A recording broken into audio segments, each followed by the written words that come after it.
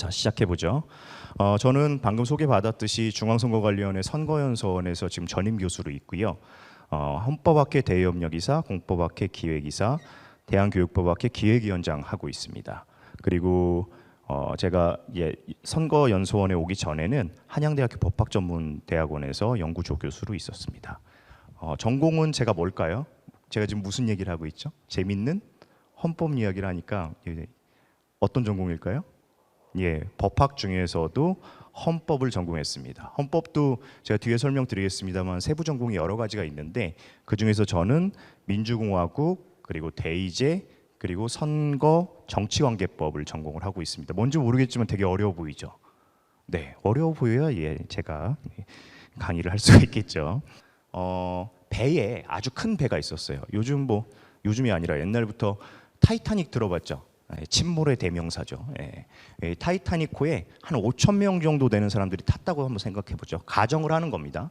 여기에는 어른도 있고 노인도 있고 여성도 있고 남성도 있고 아주 부자도 있고 아주 가난한 사람도 있고 범죄자도 있고 뭐 스님, 목사님 뭐 이런 분들도 계시고 다 각양각색의 사람들이 5천 명이 타고 있었는데 이 배가 난파를 했어요. 난파를 해서 어딜 가냐면 무인도인 줄 아는 곳에 표류를 했습니다. 표류를 해서 보니까 의외로 살기 괜찮은 데야. 그 왼쪽 그림 보면은 이분이 지금 뭘 하고 있죠?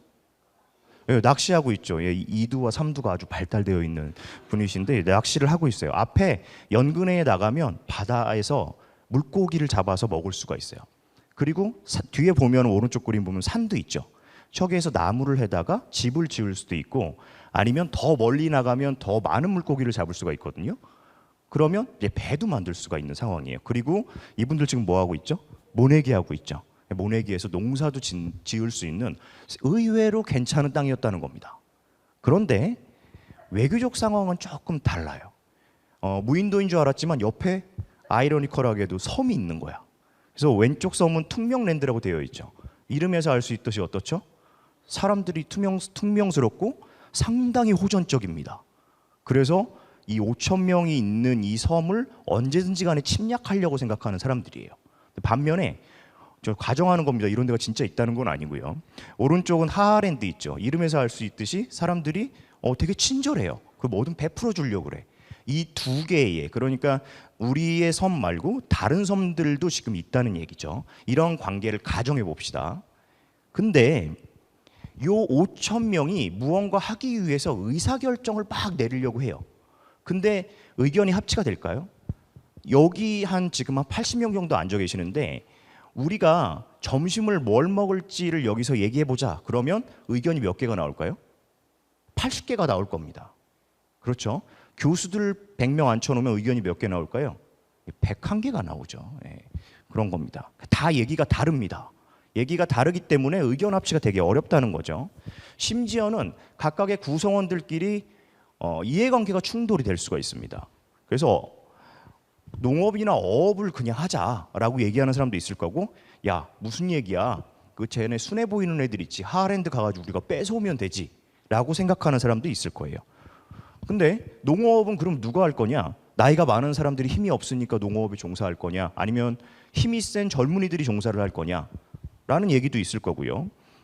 이렇게 나온 농산물과 수산물 배분은 어떻게 할 거냐? 실제로 가서 힘들게 농사를 짓거나 아니면은 고기를 잡아온 사람에게 우선적으로 배분할 거냐? 아니면 사회적 약자에게 배분할 거냐? 이런 얘기도 계속 돌을 수가 있는 거고요. 나무를 베는 거는 똑같은 행위이긴 하지만 이걸 가지고 우선 사람들이 편하게 잘 수 있는 집을 만들 거냐? 아니면 그거 아니다. 우리가 지금은 좀 힘들더라도 미래를 위해서 큰 배를 만들어서 밖으로 나가보자 라고 생각하는 사람도 있을 겁니다.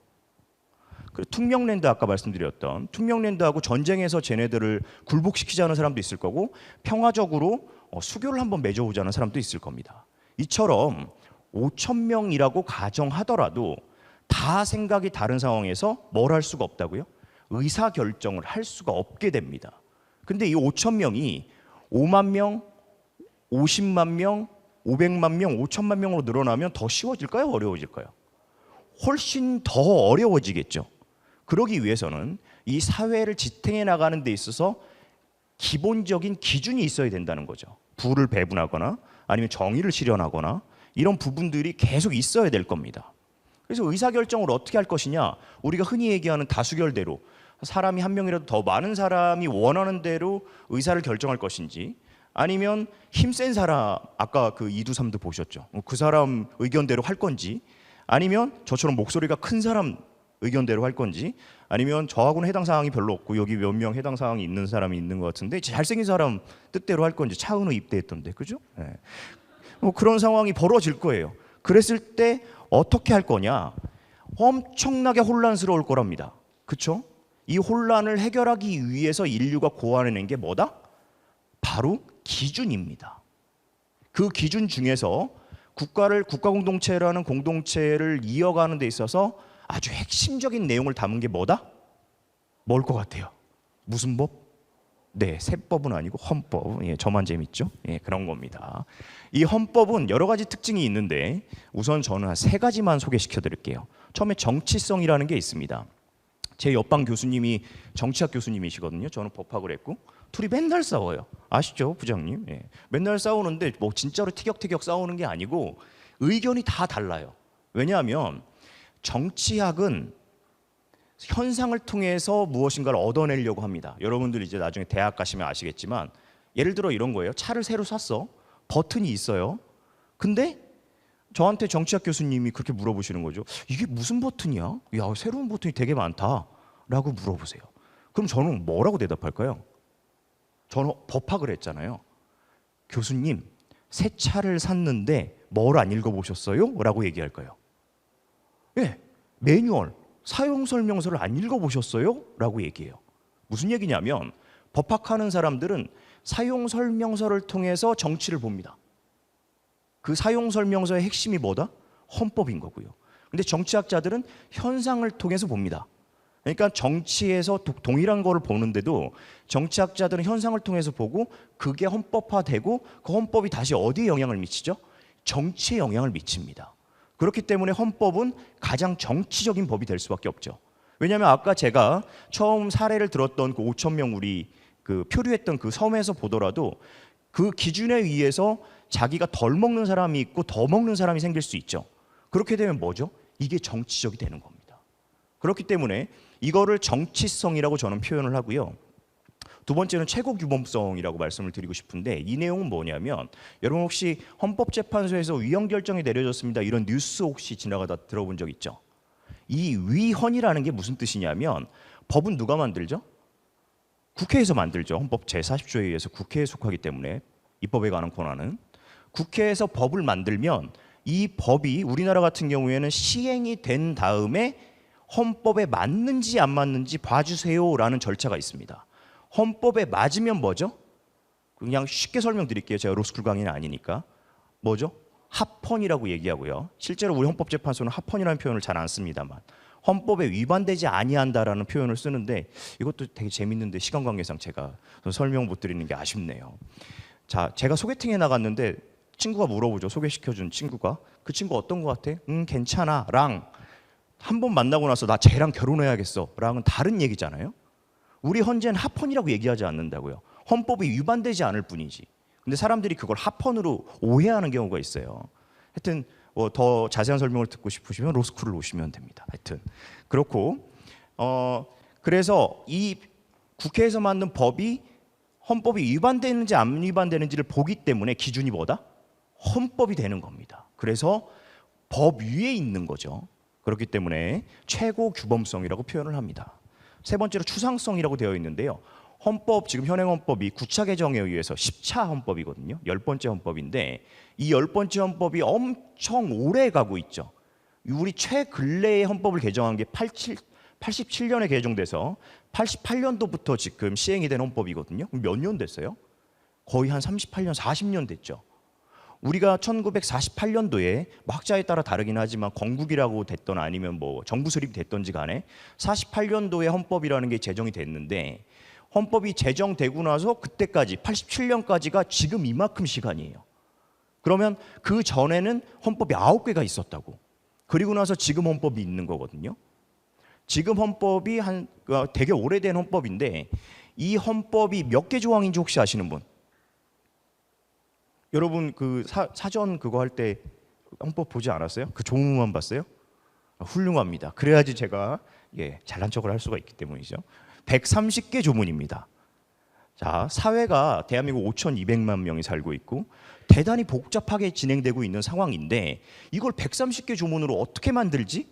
어떻게 규율하지? 라는 생각을 제가 학부 때 했어요. 학부 때 그 생각을 했었으면 안 됩니다.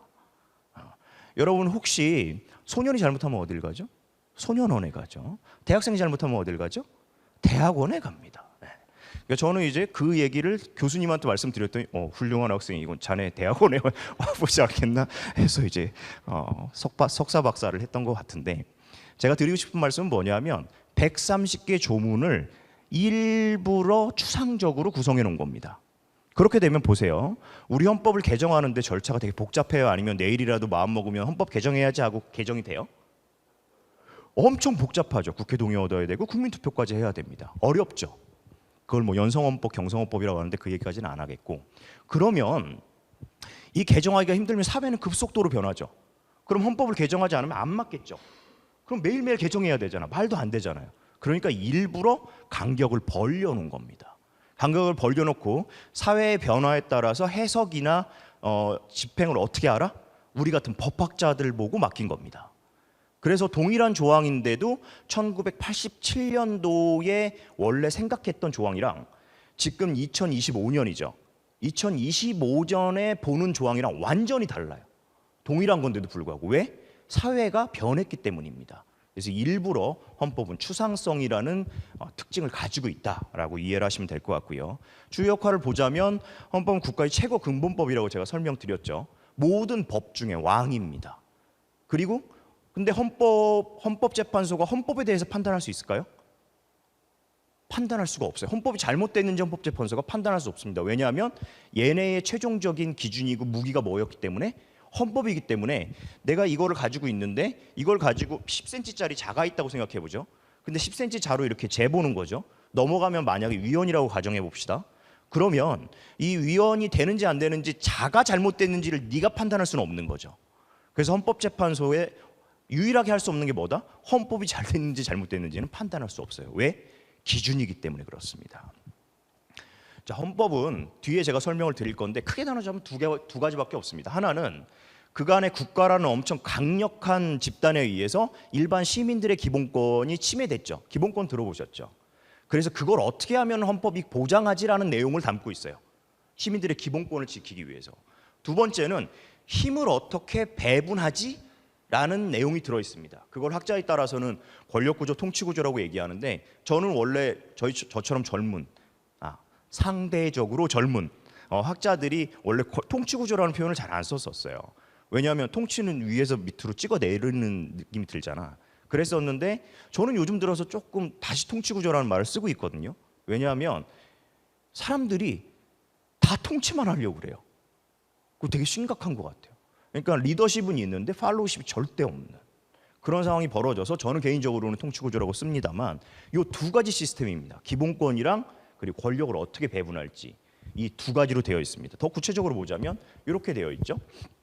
첫 번째 전문이라고 되어 있죠. 앞전자의 그럴 문자인데 헌법의 1조 1항이 시작되기 전에 앞에 아주 중요한 내용들을 문장으로 집어넣고 있는 걸 전문이라고 얘기합니다.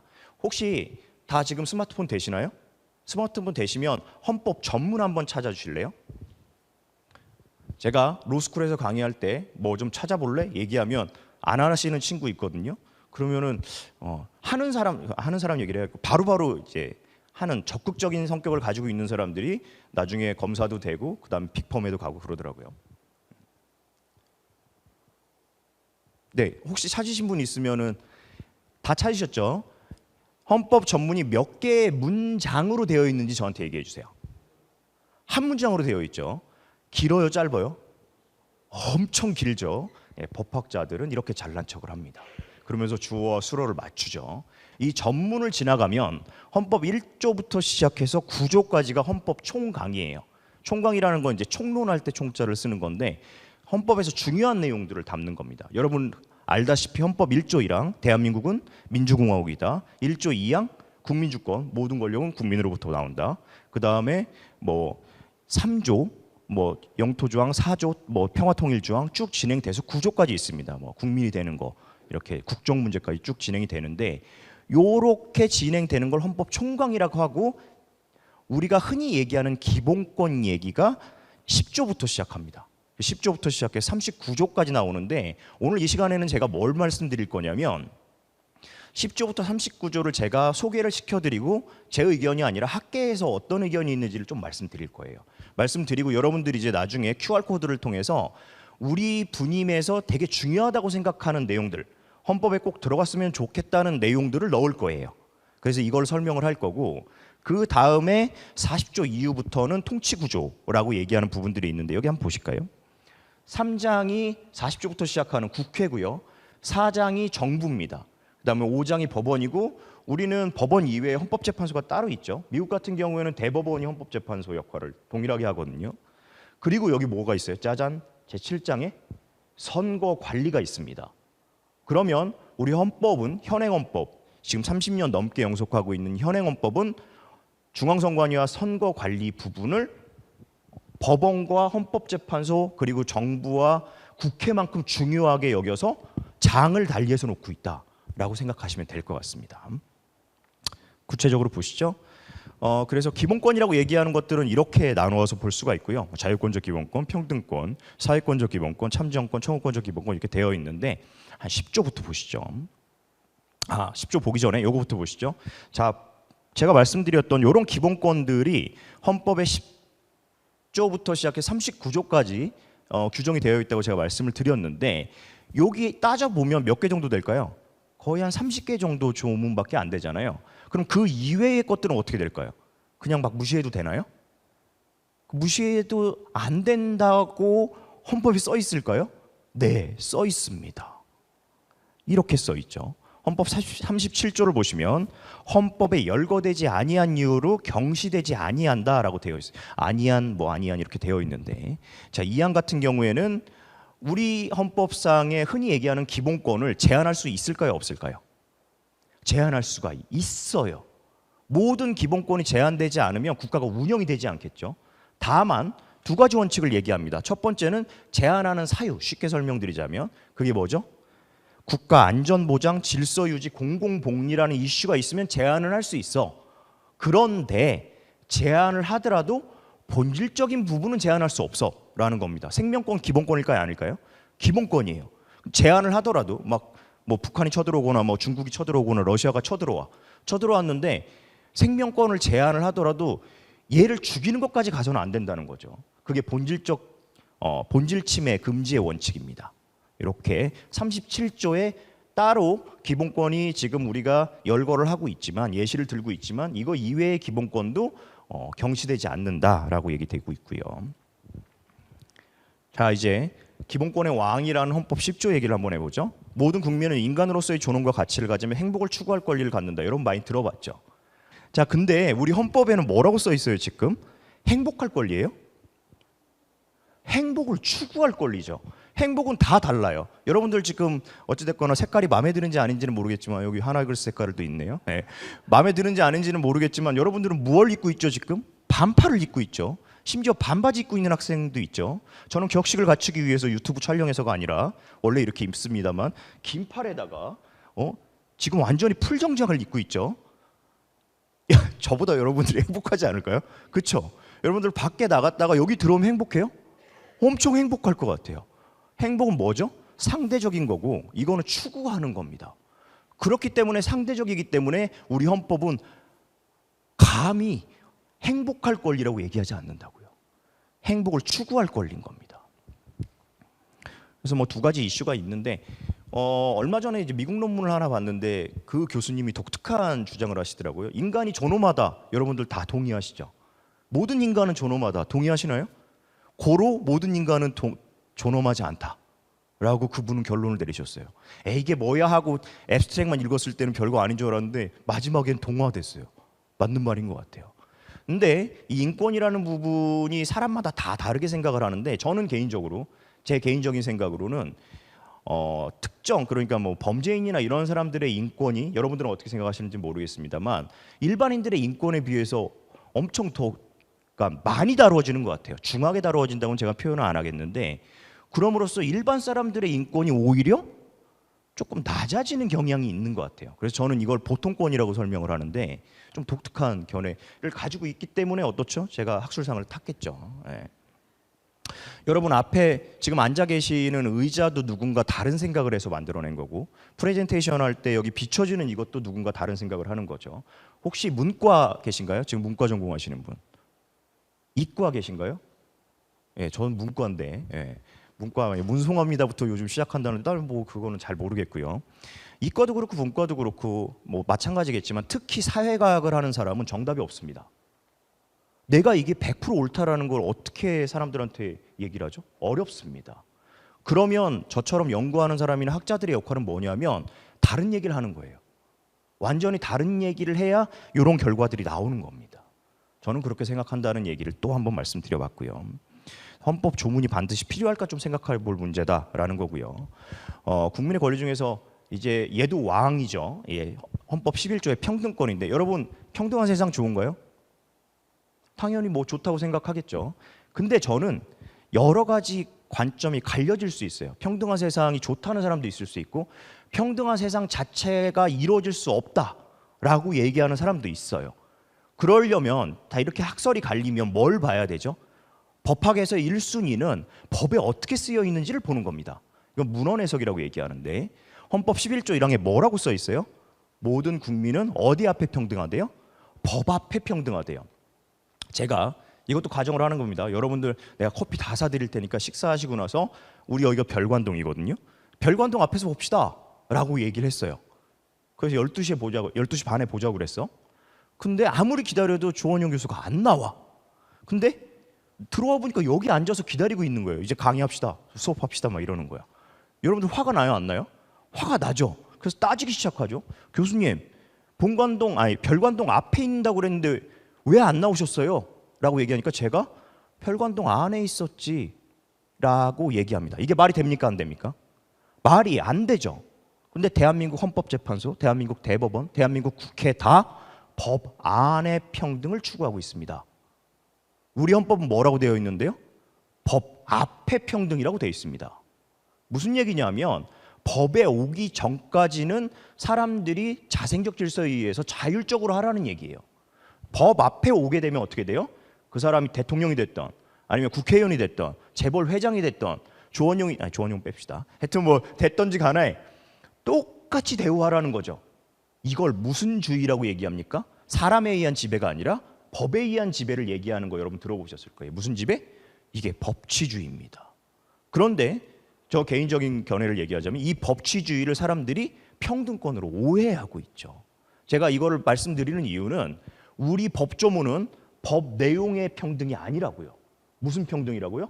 법 앞의 평등입니다. 그리고 뒤에 보면 성별, 종교 또는 사회적 신분에 의하여 되어 있죠. 이거 더 늘릴 수 있을까요? 학설이 좀 갈려요. 뒤에 거는요. 정치적, 경제적, 사회적, 문화적 생활의 모든 영역은요. 이거 열걸까요? 예시일까요? 그냥 예를 든 걸까요? 열거해서 끝난 걸까요? 얜 예시를 든 거겠죠. 누가 보더라도. 그렇게 해석하시면 됩니다. 법학 재밌지 않아요?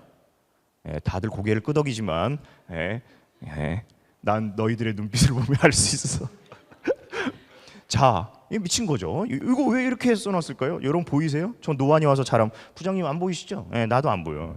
이거 안 보이거든요. 제가 왜 이걸 이렇게 써놨냐면 이게 신체 자유 부분이거든요. 엄청 디테일하게 구성되어 있죠.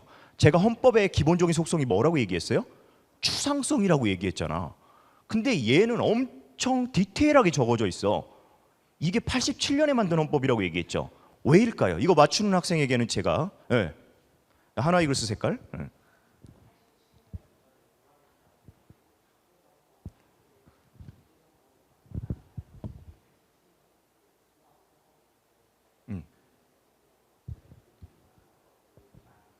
맞아요. 박수 한번 줄까요? 이 헌법이 역시 하나 이글스 색깔이라 훌륭한 학생이고. 이 헌법이 언제 만들어졌다고요? 87년에 만들어졌잖아요. 87년에 육시방쟁이라는 게 있었고 뭐 여러 가지를 얘기를 해서 6.29 선언을 통해서 직선제 개헌이 돼서 이제 헌법이 개정된 건데, 이 개정된 헌법 당시에는 학생이 얘기했듯이 어느 순간 누굴 잡아갔는데도 불구하고 요즘 구속되면 다 집에 통보해 주죠. 그런 시스템도 없었어요. 행방불명된 상황이고 갑자기 군대 보내버리고 이런 상황이 돼서 인신 구속에 대해서 대단히 크리티컬한 상황이 많이 발생했습니다. 그러니까 이걸 막고자 이렇게 디테일하게 나온 거예요. 근데 지금 이제 헌법학계에서는 무슨 얘기가 나오냐면 요 그냥 신체의 자유 정도로만 해도 될 것 같다. 왜? 우리는 지금 형사소송법이나 형법이 많이 개정됐거든요. 그래서 헌법에서는 조금 빼도 될 거다. 그러니까 제가 역사성을 말씀드리기 위해서 여러분들한테 시력 테스트를 해서 읽어보라는 얘기가 아니라 이렇게 디테일하게 구성되어 있다는 말씀을 드리고요. 자, 거주 이전의 자유도 마찬가지죠. 탈북자들은 난민이 아니죠. 이분들은 자유를 찾아서 오신 분들이잖아요. 이분들 같은 경우에는 대한민국 국민이죠. 왜냐하면 한반도와 그 부속도서가 영토기 때문에. 맞나요? 그런 상황이면 이분들이 왔을 때 거주 이전의 자유를 동일하게 누려야 되는데 이분들이 해외여행을 못하는 경우도 있어요. 이 부분들의 이슈들도 좀 있고, 예를 들어서 여기가 지금 수원시 권성구인데 수원시 권성구에 40년 동안 사시는 분이 계시다고 생각해봐요. 이분이 막 사시다가 한 15년 전쯤에 여기 신도시가 개발이 돼서 집값이 한 10배 폭등했어. 근데 은퇴를 하신 노인이에요. 그럼 소득이 있을까요, 없을까요? 은퇴하신 분들은 소득이 거의 없잖아요. 근데 이 사람은 뭐는 있죠? 재산은 있죠. 그럼 무슨 세금을 내죠? 재산세를 내죠. 근데 너 부자니까 재산세 많이 내 해서 1년에 5천만 원 내라고 합니다. 그러면 이분이 소득이 없는데 재산세를 낼 수 있어요? 그럼 이분들은 어떤 선택을 할까요? 집을 팔 수밖에 없어요. 나는 여기 권성구에 살고 싶은데 어딜 가야 돼요? 다른 동네를 이사 가야 돼요.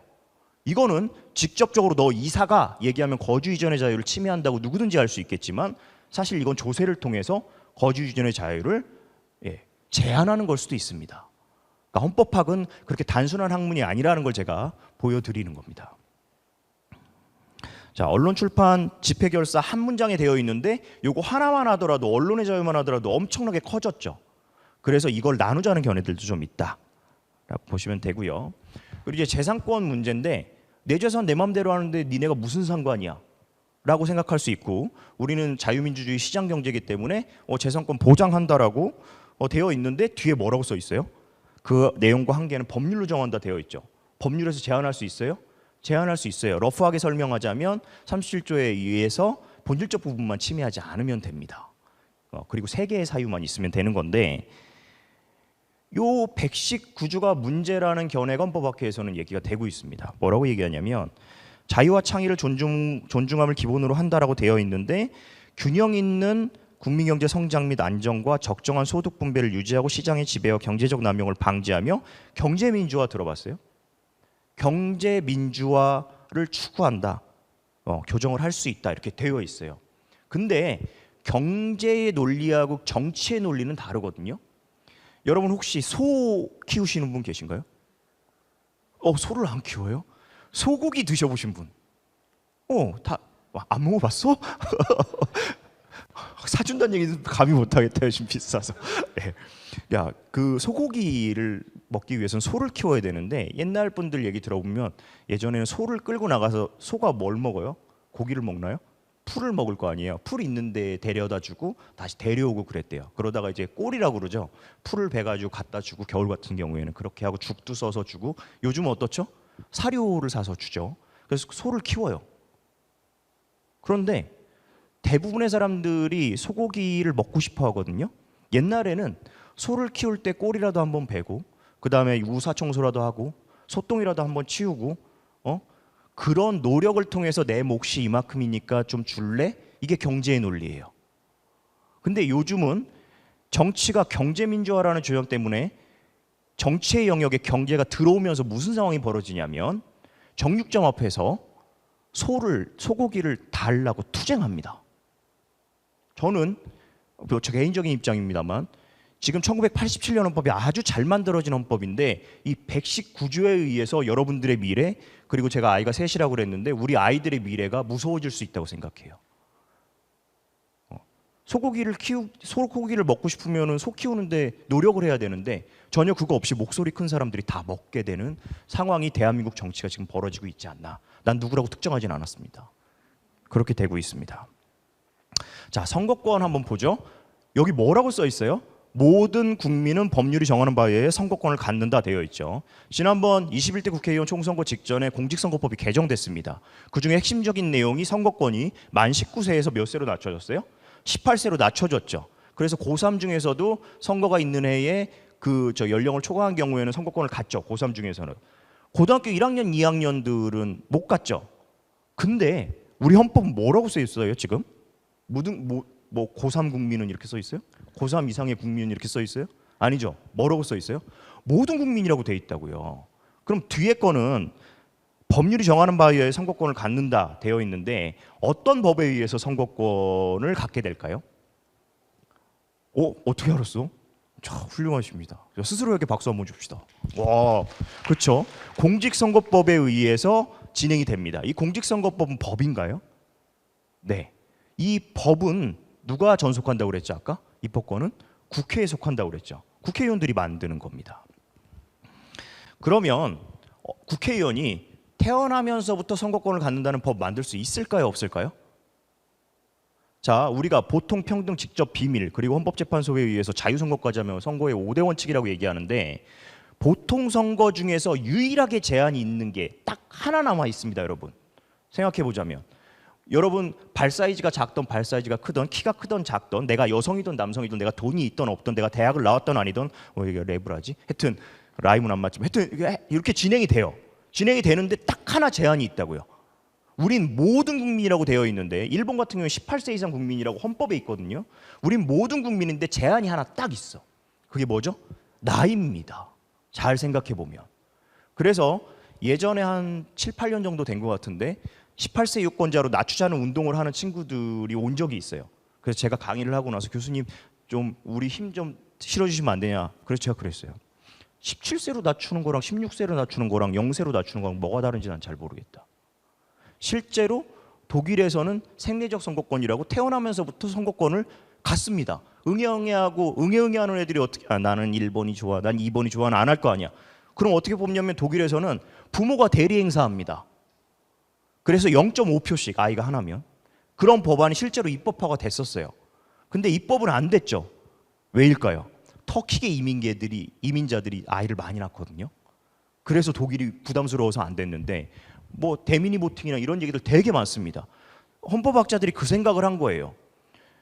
만 18세가 넘어가면 우리나라로 따지자면 갑자기 사람이 똑똑해져서 나는 이런 근거로 해서 엑셀 파일에 하면 얘가 0.1점 차이로 얘를 뽑을 거야 이렇게 생각하나요? 아니에요. 저도 마찬가지입니다. 저도 반백살이지만 거의 좀 있으면 기준이 있어요. 저도 이제 학교에 나가가지고 교수님들한테 물어보면 어떤 교수님들은 난 목소리 좋은 사람 뽑는다고 그러고 나는 키 큰 사람 뽑는다고 그러고 나는 발목이 얇은 이건 아니구나. 하여튼 뭐 뽑는다고 그러고 막 그래요. 저는 무슨 근거로 뽑는지 얘기하면 안 되겠죠. 유튜브 생중계되니까 비밀입니다. 하여튼 근데 저는 명확한 원칙이 있어요. 한 번도 그걸 어긴 적이 없어요. 그런 상황인데 이렇게 해서 선거권 연령 진행되는 거 헌법이 위임하고 있습니다. 어디예요? 공직선거법이라는 법에. 그래서 우리가 사회적 분위기나 아니면 시스템이 이제 고등학생 전체 다 주자 하게 되면 헌법을 고칠 필요가 있어요, 없어요? 없죠. 뭐만 고치면 돼요? 공직선거법만 고치면 됩니다. 자, 재판을 받을 권리는 시간 관계상 넘어가고요.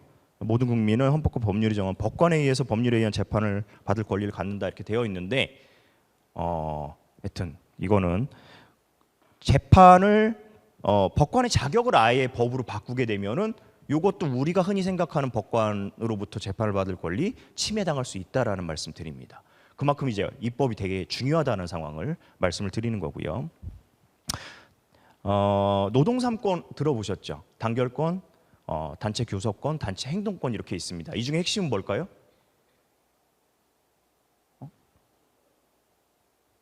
자, 핵심은 뭘까요?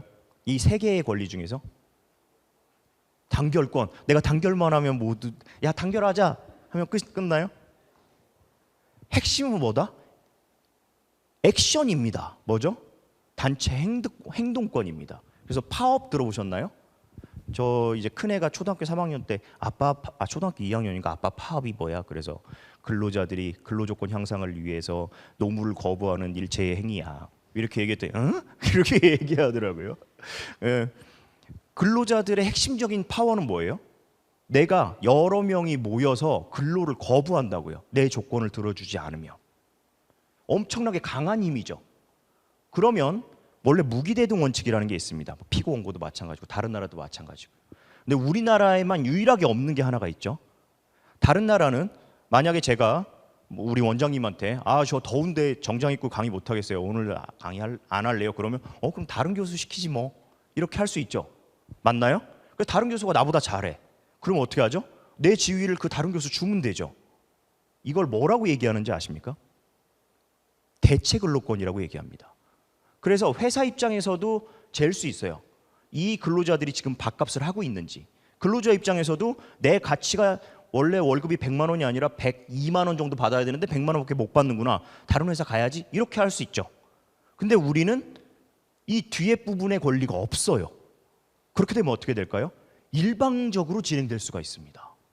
그래서 파업하면 사람들이 웬만하면 조건을 들어주는 경우도 생긴대요. 그러니까 제가 이 말씀을 왜 드리냐면 1987년에 헌법 만들어졌을 때는 노동자들이 엄청나게 힘든 상황이었습니다. 근데 지금 저는 뭐 민주노총 듣고 있는지 모르겠지만 난 민주노총이 약자라는 생각을 전혀 해본 적이 없거든요. 전공로가 약자라는 생각을 해본 적이 없어요. 왜? 그 사람들 엄청 강한 사람들입니다. 뭘 가지고 있기 때문에? 뭉칠 수 있는 단체 행동권이 있기 때문에 그렇습니다. 그런데 그렇게 되면 어떻게 되냐면 균형이 이렇게 삐뚤어져 있는 겁니다. 지금 제가 드리고 싶은 말씀은 87년에는 충분히 가능한 규정이었지만 지금에 와서는 사이드 이펙이 나타날 수 있다라는 말씀을 드리는 겁니다. 그래서 노동상권 핵심.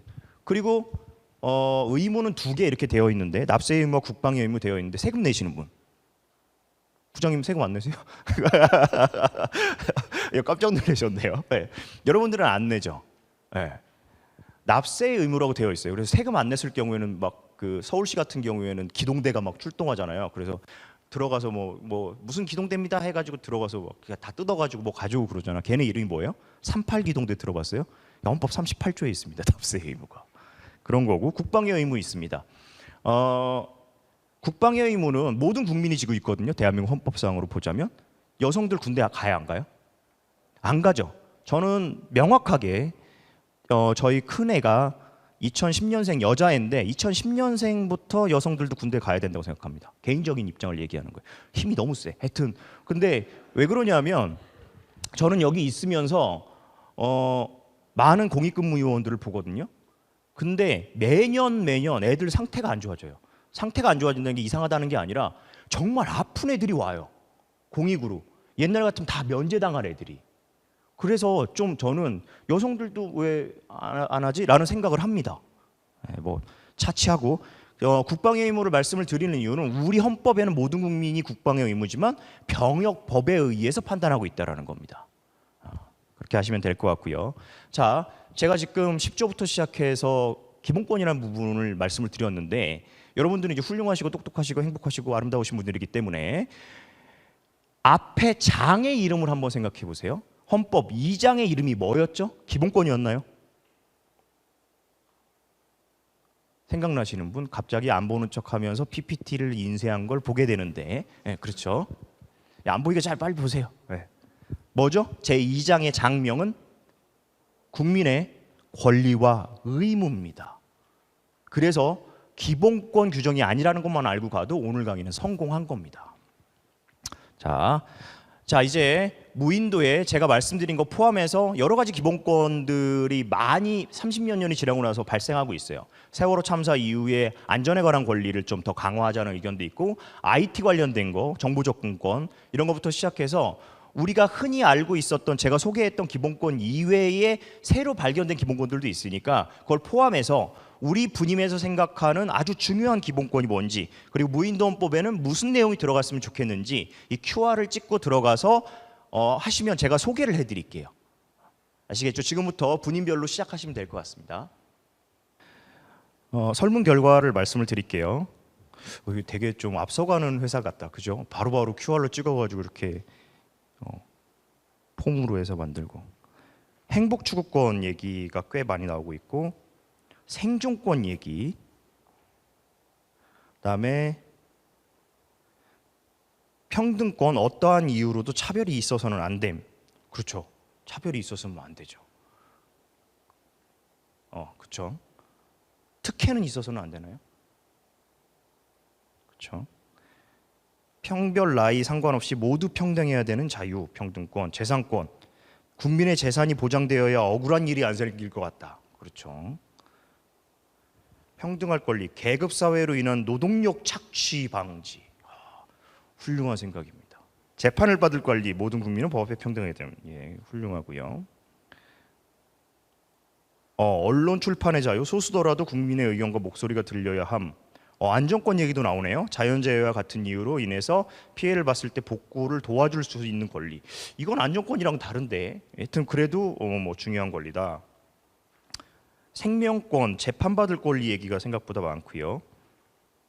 재산권, 개개인이 얻는 소득은 개인이 지닐 수 있어야 함. 뭐 이런 얘기들도 나오는 것 같습니다. 꽤 좋은 내용들이 있는 것 같고요. 생존권 얘기도 되게 많은 것 같고, 거주 이전의 자유의 핵심은 자기가 생각하는 것과 다른 생각을 가지고 있다면 옆섬으로 건너가서 살아도 된대. 맞는 말인 것 같아요. 환경권, 미래 세대 또한 우리와 같은 환경을 누릴 수 있어야 된다는 환경권 얘기가 요즘 되게 핵심이죠. 그죠? 저는 기후변화가 사기라고 생각하는 사람이지만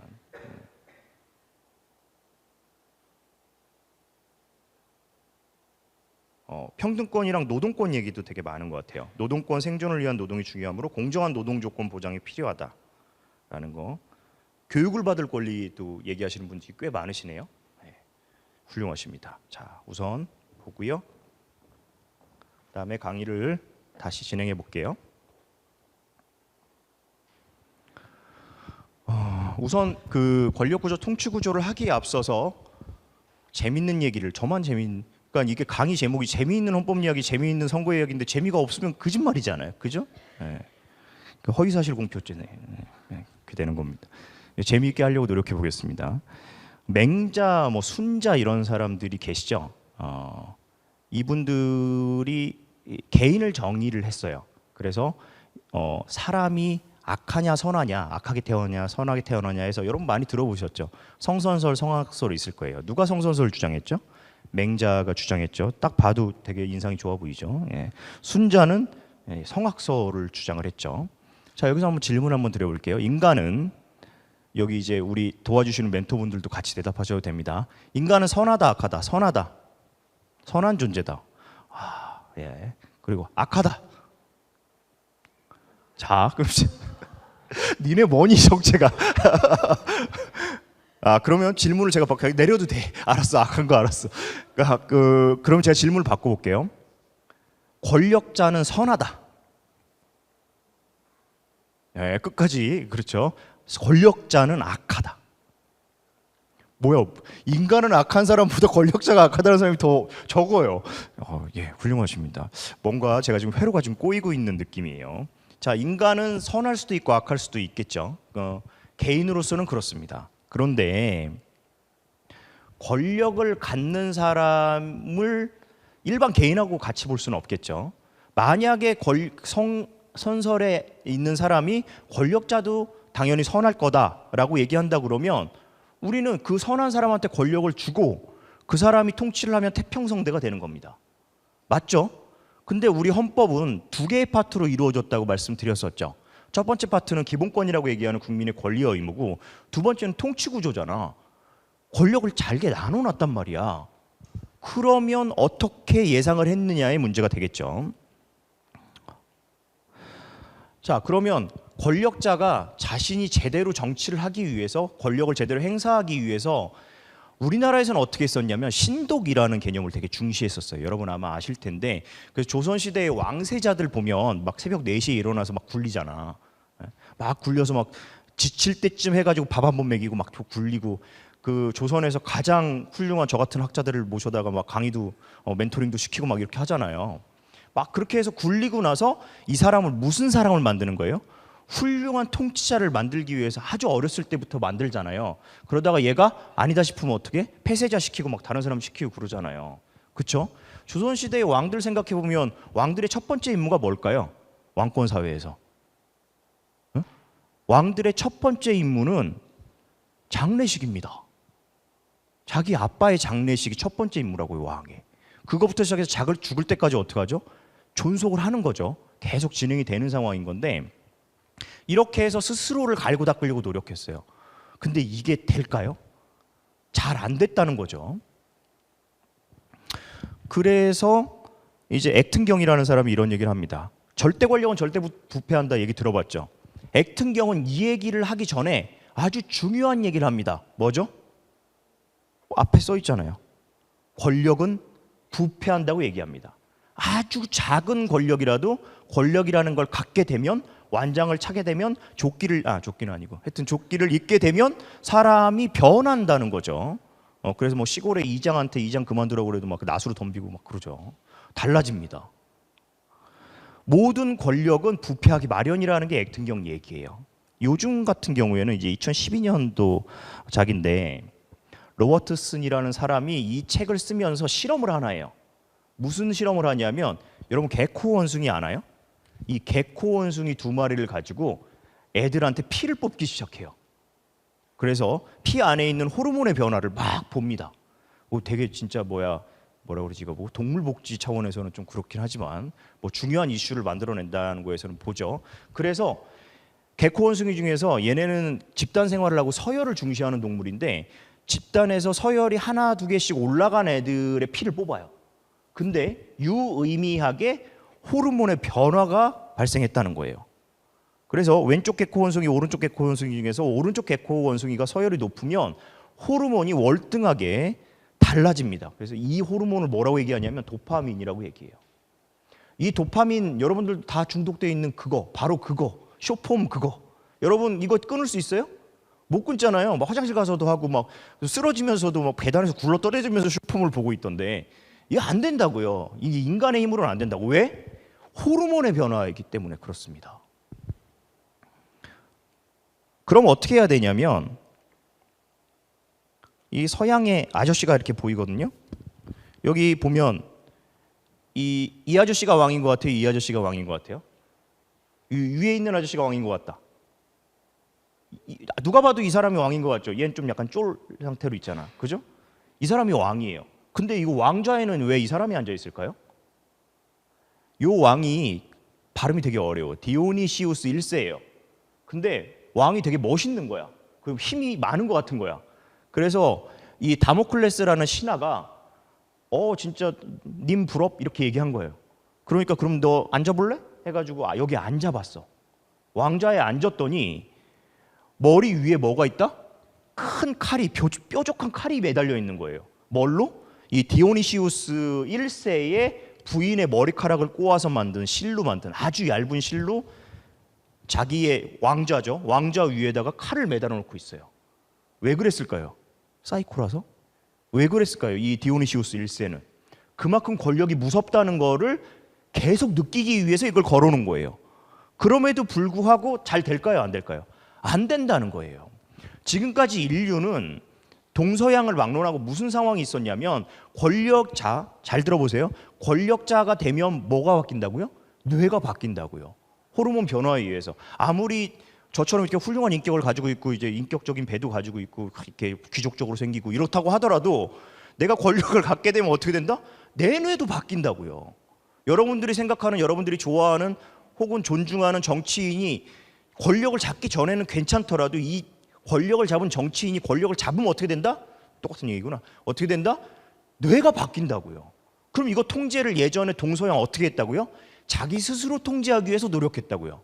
근데 그게 되냐? 안 된다는 거죠. 여러분 뭐 반장을 하거나 아니면 정말 미안한 얘기지만 분임장 뽑을 텐데 분임장이 되더라도 뇌가 바뀐다니까? 달라집니다. 그런데 요 양반이 등장하게 되죠. 샤를 루이드 스콩따 몽테스키웨라는 사람입니다. 이 사람 어느 나라 사람일까요? 에? 프랑스 사람이에요. 이 나라의 귀족 가문에서 태어나거든요. 이 몽테스키에가.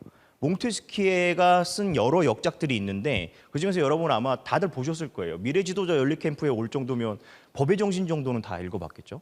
네. 법의 정신 안 보신 분 없죠. 하지만 내가 물어보진 않을게요. 여러분들의 인권이 있으니까. 네. 이 법의 정신이라고 되어 있는, 저는 뭐 불어를 못하는데 에스프리 데스 루이스라고 되어 있는데 프랑스에서 헌법 공부하신 분이 그러시더라고요. 이거 번역 자체가 잘못됐다고. 법의 정신이라고 하면 법이 하나가 있고 뒤에 정신이라는 게 있는 것 같잖아. 그게 아니래요. 모든 법들이 있고 이 법들 뒤에 있는 정신이래요. 그러니까 양보하지 못할 가치를 얘기한 거라는 거지. 그렇죠? 나만 재밌죠? 네, 그렇죠. 근데 이게 여러분 뭐 서점 어디 작은 서점을 가더라도 이 법의 정신이 있는데 앞장 맨 표지 말고 첫 번째 장을 이렇게 제쳐요. 그러면 안에 표지가 있죠.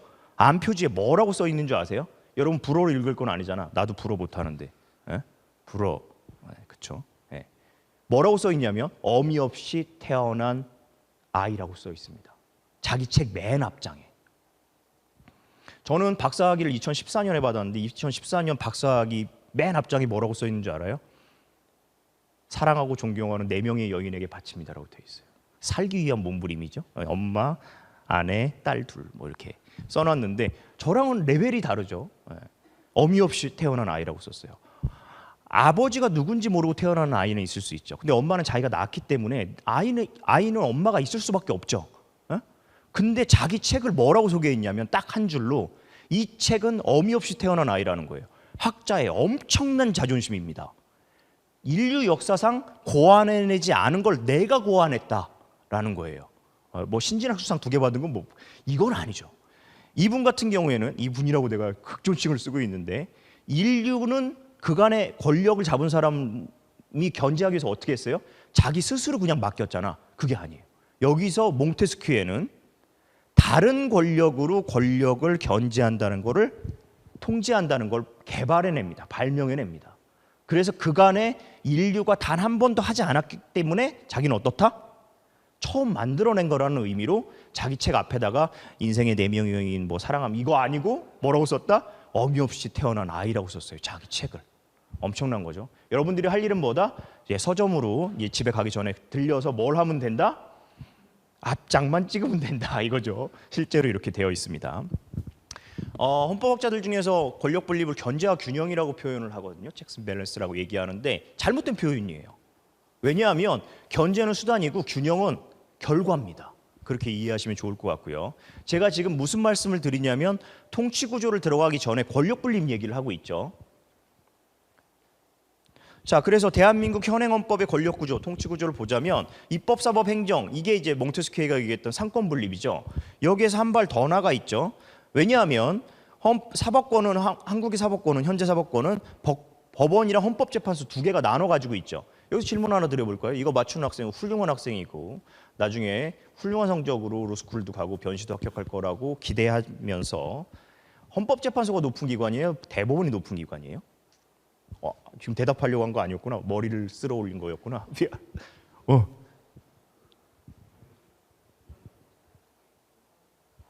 예, 훌륭합니다. 박수 한번 주시죠.